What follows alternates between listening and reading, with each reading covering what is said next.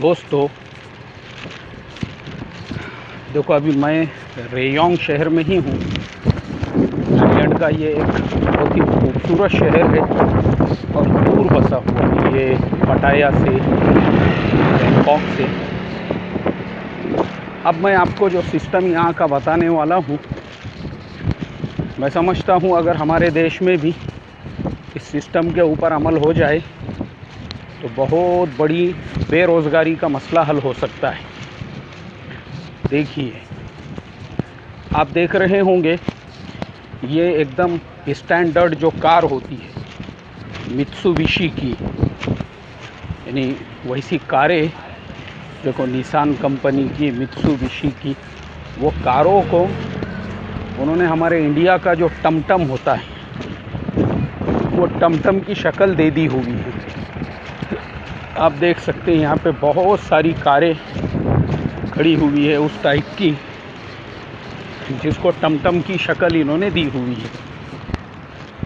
अब ये जो है ना, ये यहाँ का गवर्नमेंट बस स्टैंड है। ये बनाया गवर्नमेंट ने है, ये पूरे एरिया को डेवलप गवर्नमेंट ने किया है। लेकिन ये जो गाड़ियाँ हैं ये सब प्राइवेट है, लोगों की अपनी है। उसके लिए कुछ शर्तें हैं कि इन्होंने जो है गवर्नमेंट के साथ में उसका रजिस्ट्रेशन कराना चाहिए।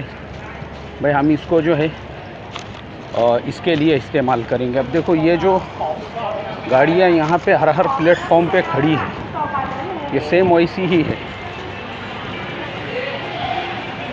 जैसे हमारे इंडिया के अंदर बस स्टैंड्स के ऊपर गाड़ियाँ होती हैं। आपको जहाँ जाना है उस जगह की गाड़ी यहाँ पर आपको मिल जाएगी। अभी मुझे जहाँ पर जाना है, मेरा जो स्टॉप है पेरी बाम्फे पेरी या yes, I want to go there.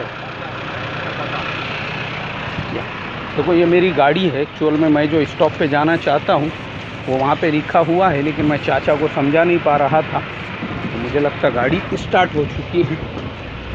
तो मैं आपको बता रहा था इस सिस्टम के बारे में।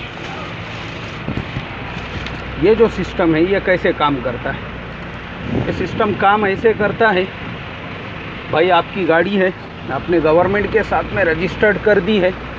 अब आप उसको किस रूट पे चलाना चाहते हैं वो रूट आप फिक्स कीजिए।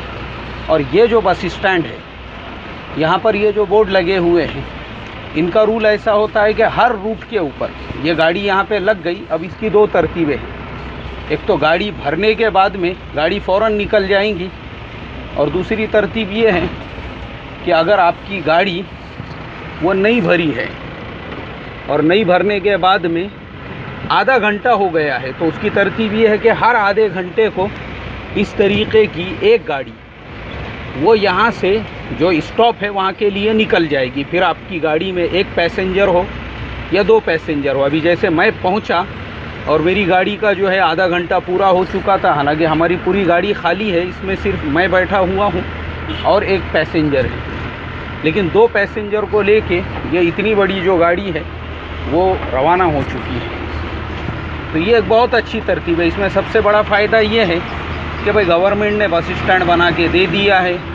आप इस तरीके की, हालांकि ये बहुत महंगी गाड़ी है, ये एकदम स्टैंडर्ड निशान, मित्सुबिशी और ऐसी बड़ी बड़ी कंपनियों की ये गाड़ियाँ हैं।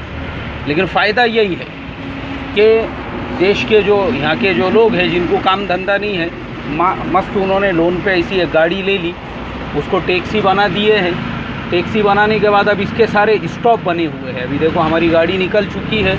अभी मैं आपको बताता हूँ, रास्ते में जहाँ पे भी जैसे हमारे यहाँ सिटी बस के स्टॉप आते हैं, वैसे इन लोगों के स्टॉप बने हुए हैं। स्टॉप पे ये रुकते हैं, वहाँ से पैसेंजर सवार होते हैं, पैसेंजर उतरते हैं, और जो पैसेंजर उतरता है उतरने के फ़ौरन बाद में वो ड्राइवर को पैसे दे देता है। तो माशाल्लाह ये तरतीब से सबसे बड़ा जो फ़ायदा है वो ये है कि देश के बेरोज़गार युवाओं को एक रोज़गार मिला। हमारे देश के अंदर भी ऐसी ही अगर तरतीब शुरू की जाए कि ख़ुद गवर्नमेंट इसको ऑथोराइज़ करे, इसमें जो लड़ाई झगड़े चलते हैं, ट्रैफिक वाले रोड पे रोक रहे हैं, रास्ते में रोक रहे हैं। अब रास्ते में रोकने के बाद ज़बरदस्ती उनको परेशान कर रहे हैं कि भाई तुम्हारे पास तो लाइसेंस नहीं है, तुम्हारी गाड़ी तो इलीगल है, तुम्हारी गाड़ी में तो क्या कहेंगे ये नहीं है, तुम्हारी गाड़ी में तो वो नहीं है। और फिर अभी तो हमारे देश के अंदर जब से ये रेट बढ़े हैं, जब से जो ट्रैफिक के रूल्स के हिसाब से जो रेट बढ़ाए गए हैं, मैं समझता हूँ उससे तो ड्राइवर्स की बेचारों की और भी ज़्यादा परेशानी बढ़ गई है। देखो ये और एक गाड़ी है, लेकिन ये जा रही है दूसरे रूट पर, हमारा रूट अलग है, उसका रूट अलग है। यानी वहाँ पे बस स्टैंड के ऊपर अलग अलग रूट बने हुए हैं, जिसको जो रूट मिला हुआ है वो गाड़ी उसी रूट के ऊपर जाएगी। ये यहाँ का गवर्नमेंट हॉस्पिटल है, रेयोंग हॉस्पिटल, आप देख सकते हैं। और देख सकते हैं यहाँ के बादशाह की फ़ोटो। मैंने दुनिया के कई मुल्कों का सफ़र किया, लेकिन मैं समझता हूँ कि थाईलैंड के लोग जितना अपने बादशाह से मोहब्बत करते हैं, जितना अपने बादशाह को रिस्पेक्ट करते हैं, शायद ही दुनिया के किसी और मुल्क के अंदर लोग करते होंगे। यहाँ की हर इमारत के ऊपर, यहाँ के हर प्राइवेट बिल्डिंग के ऊपर, गवर्नमेंट बिल्डिंग के ऊपर सबसे पहले अगर स्टैच्यू या तस्वीर लगी हुई होती है वो यहाँ के राजा की, यहाँ के बादशाह की। तो मैंने कुछ लोगों से पूछा, मैं बोला भाई आप लोग अपने राजा से, अपने बादशाह से इतनी मोहब्बत क्यों करते?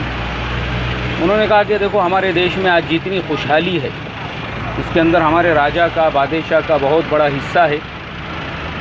उन्होंने एक ऐसा देश जहाँ के लोग या तो अनानास की, चावल की खेती किया करते थे, या तो जहाँ के लोग मच्छी पकड़ा करते थे, जहाँ के लोग नारियल तोड़ा करते थे, उस देश के लोगों को राजा ने, बादशाह ने इतना डेवलप कर दिया कि आज टूरिज़म के अंदर हम दुनिया में सेकंड नंबर पे है। फ्रांस के बाद हमारा ही नंबर आता है, जहाँ पे हर साल जो है सबसे ज़्यादा टूरिस्ट आते हैं, सफ़र करते हैं। और आज हमारे देश के अंदर हर आदमी के पास उसका मकान है, हर आदमी को जो है 2 वक्त का खाना मिल रहा है, हर बीमार के लिए हॉस्पिटल का इंतज़ाम है। तो गवर्नमेंट ने, हमारे राजा ने जब हमको बेसिक और बुनियादी चीज़ें जब दे दिया है, तो फिर हम हमारे राजा से मोहब्बत क्यों नहीं करेंगे? देखो यहाँ पे भी राजा की जो है वो फ़ोटो लगी हुई है। फिर ये 7-Eleven, जैसे मैंने कल बताया था कि रात में 2:30 बजे जब मैं गया तो 7-Eleven ओपन थी। अभी हमारी गाड़ी जो है हॉस्पिटल के पास रुकी थी, बहुत सारे लोग उसमें सवार हुए। अब हम आगे का सफ़र जारी रखते हैं। बस मुझे यही बताना था कि ये सिस्टम अगर हमारे देश में शुरू हो तो बहुत सारे बेरोज़गार युवाओं को एक रोज़गार मिलेगा।